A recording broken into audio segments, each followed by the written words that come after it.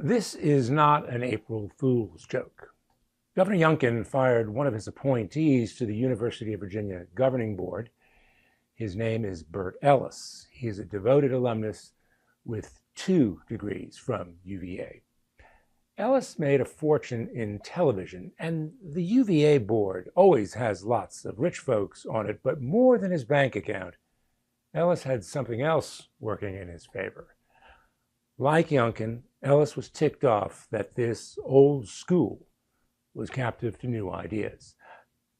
Translated, diversity, equity, and inclusion. But the governor, who couldn't wait to appoint someone like Ellis to the UVA Board of Visitors, was suddenly in a hurry to kick him off. Youngkin suggests he didn't care for Ellis's style, that maybe Ellis was a little too plain-spoken. It's almost as if the governor, who's had kids at UVA, was saying it's okay to talk about a supposedly rude topic, such as DEI, but at Mr. Jefferson's University, you must always be a gentleman about it. So Ellis gets it in the neck from Youngkin, and Youngkin comes up with a replacement who's probably even more smash-mouth than Ellis, Ken Cuccinelli. The name should ring a bell.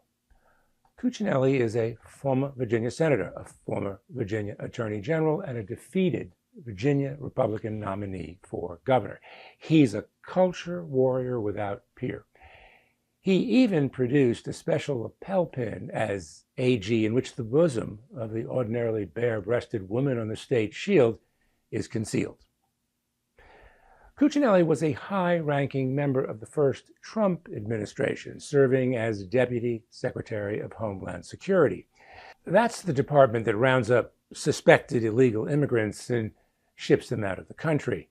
A bunch of them these days were trundled off to a supermax prison in El Salvador, even though a federal judge ordered the Trump White House not to.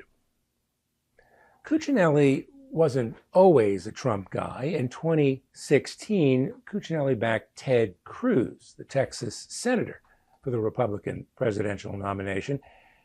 And at that year's party convention in Cleveland, Cuccinelli and Cruz attempted a procedural maneuver to delay, if not ultimately stop, Trump's nomination. But let's talk about Cuccinelli and what he could do and what he has done in Charlottesville.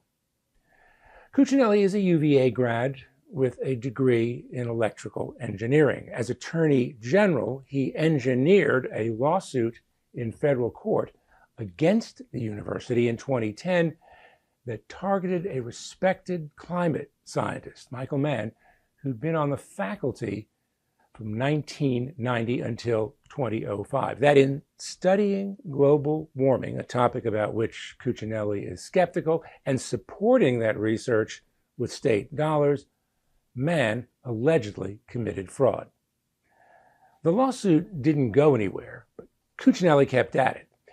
And it was 2012, after the state Supreme Court blocked Cuccinelli from getting his hands on research records, that the matter evaporated. Now, as a member of the UVA board, Cuccinelli can work his magic, or attempt to, from the inside. It's no wonder Youngkin's nomination of Cuccinelli has set off alarms among moderates and liberals. One thing is unclear. The governor hasn't said when he'll submit the nomination to the state legislature for its approval. That could very well be tied up in some tug-of-war between Youngkin and the General Assembly over something entirely unrelated. But here's the key. Democrats control the legislature, and they haven't hesitated to reject any number of Youngkin appointees they deem unacceptable. Cuccinelli, for that crowd, would certainly qualify as such. Will the Democrats get a shot at Cuccinelli at the spring session this week, or maybe at a special session over the summer? And there's always next January, when the legislature meets for its regular session. But that also assumes Democrats are still in charge of at least one of the legislature's 2 houses. Stay tuned. For the Richmond Times-Dispatch, this is Jeff Shapiro.